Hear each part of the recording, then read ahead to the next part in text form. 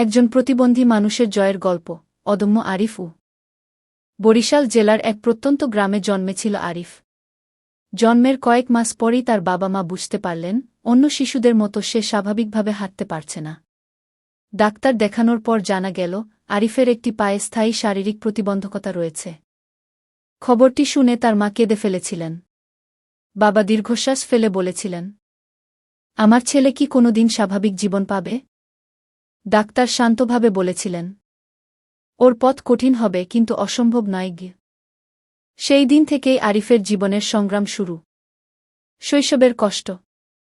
গ্রামের অন্য বাচ্চারা মাঠে দৌড়াত, ফুটবল খেলত, গাছে উঠত। আরিফ দূরে বসে তাদের দেখত। অনেকেই তাকে নিয়ে হাসাহাসি করত। খোদা আরিফ, এই ডাকটি তার কানে প্রায় ভেসে আসত। প্রথম দিকে সে কাঁদত। মায়ের কাছে গিয়ে বলত, মা, আমি কেন সবার মতো নই?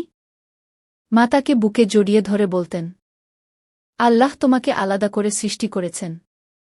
একদিন তুমিই সবাইকে দেখিয়ে দেবে তুমি কত বড় হতে পারো। তখন আরিফ বুঝত না, কিন্তু মায়ের কথাগুলো তার হৃদয়ে জমা হতে থাকত। স্কুল জীবনের যুদ্ধ। স্কুলে যাওয়ার জন্য তাকে প্রতিদিন প্রায় 2 কিলোমিটার পথ পাড়ি দিতে হতো। অন্য বাচ্চারা 10 মিনিটে পৌঁছে যেত। আরিফের লাগত 40 মিনিট। বর্ষাকালে রাস্তা কাদা হয়ে গেলে পরিস্থিতি আরও কঠিন হয়ে যেত। অনেকদিন পরে গিয়ে কাদা মাখা অবস্থায় স্কুলে পৌঁছেছে। তবুও সে কখনো স্কুল ছাড়েনি। কারণ তার মনে একটাই বিশ্বাস ছিল, আমার শরীর দুর্বল হতে পারে কিন্তু আমার স্বপ্ন নয়। অপমানের দিন। একদিন স্কুলে ক্রীড়া প্রতিযোগিতা হচ্ছিল। সবাই দৌড় প্রতিযোগিতায় অংশ নিচ্ছিল। আরিফ দূরে দাঁড়িয়ে দেখছিল। কিছু ছেলে হেসে বলল, তুই নাম দিবি নাকি? সবাই শেষ করে ফেলবে, তুই তখনও শুরু করতে পারবি না। চারপাশে হাসির শব্দ উঠল। আরিফ কিছু বলল না। কিন্তু সেই রাতে ঘুমাতে পারল না। তার মনে হচ্ছিল পৃথিবী যেন তাকে বারবার মনে করিয়ে দিচ্ছে যে সে অন্যদের মতো নয়। নতুন স্বপ্ন। পরের দিন স্কুলের লাইব্রেরিতে সে একজন বিজ্ঞানীর জীবনী পড়ল। সেই বিজ্ঞানীও জীবনে অনেক শারীরিক সীমাবদ্ধতার মুখোমুখি হয়েছিলেন। তবুও তিনি বিশ্ববিখ্যাত হয়েছিলেন। আরিফ বই বন্ধ করে মনে মনে বলল, যদি উনি পারেন তাহলে আমি কেন পারব না? সেদিনই তার জীবনের মোড় ঘুরে গেল। পড়াশোনার প্রতি ভালোবাসা। আরিফ খেলাধুলা করতে পারত না। তাই সে বইয়ের জগতে ডুবে গেল। বিজ্ঞান, প্রযুক্তি, ইতিহাস, ব্যবসা যা পেত পড়ত। গ্রামের মানুষ তাকে বইপোকা বলত। কিন্তু সে পাত্তা দিত না। সে জানত জ্ঞানই তার শক্তি। প্রথম বড় ধাক্কা। এসএসসি পরীক্ষার ঠিক আগে তার বাবা গুরুতর অসুস্থ হয়ে পড়লেন। সংসারে আয়ের পথ প্রায় বন্ধ হয়ে গেল। অনেকে বলল, আরিফের পড়াশোনা এবার শেষ। কিন্তু আরিফ হার মানল না। দিনে বাবার সেবা করত, রাতে পড়াশোনা করত। অবশেষে পরীক্ষায় সে পুরো উপজেলায় প্রথম হল। গ্রাম জুড়ে আলোড়ন পড়ে গেল। যারা একসময় তাকে নিয়ে হাসত তারাই অভিনন্দন জানাতে এল। শহরে যাত্রা। ভালো ফলাফলের কারণে সে একটি কলেজে বৃত্তি পেল। প্রথমবারের মতো গ্রাম ছেড়ে শহরে গেল। শহরের জীবন তার জন্য সহজ ছিল না। হোস্টেলের সিঁড়ি ভাঙতে কষ্ট হতো। বাসে উঠতে সমস্যা হতো। অনেক সময় মানুষ বিরক্তি প্রকাশ করত। তবুও সে থামেনি। প্রযুক্তির সঙ্গে পরিচয়। কলেজে পড়ার সময় প্রথমবার সে কম্পিউটারের সঙ্গে পরিচিত হল। কম্পিউটারের জগৎ তাকে মুগ্ধ করে দিল।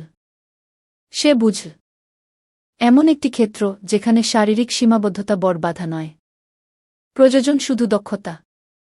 সে দিনরাত কম্পিউটার শেখা শুরু করল। জীবনের সবচেয়ে কঠিন সময়।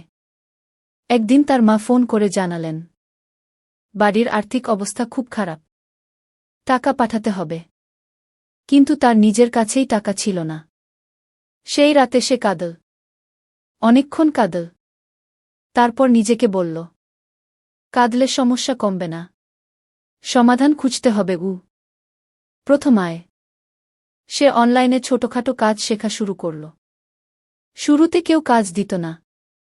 অনেক আবেদন করেও ব্যর্থ হতো। 10 বার, 20 বার, 50 বার প্রত্যাখ্যাত হল। তবুও চেষ্টা চালিয়ে গেল। একদিন অবশেষে একটি ছোট কাজ পেল। পারিশ্রমিক মাত্র $10। কিন্তু সেই অর্থ তার কাছে অমূল্য ছিল। কারণ সেটি ছিল নিজের যোগ্যতায় উপার্জিত প্রথম টাকা। ধীরে ধীরে এগিয়ে যাওয়া। ছোট কাজ থেকে বড় কাজ।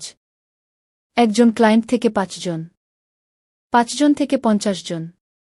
আরিফের দক্ষতার কথা ছড়িয়ে পড়তে লাগল। তার আয় বাড়তে শুরু করল। সে নিয়মিত বাড়িতে টাকা পাঠাতে লাগল। উদ্যোক্তা হওয়ার সিদ্ধান্ত।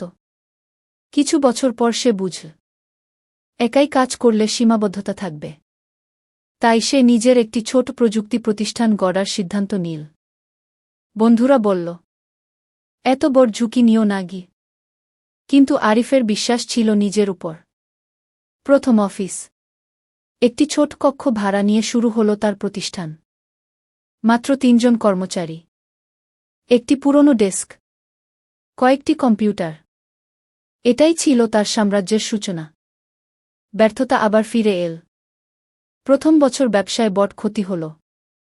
2 জন কর্মচারী চাকরি ছেড়ে দিল। ক্লায়েন্ট কমে গেল।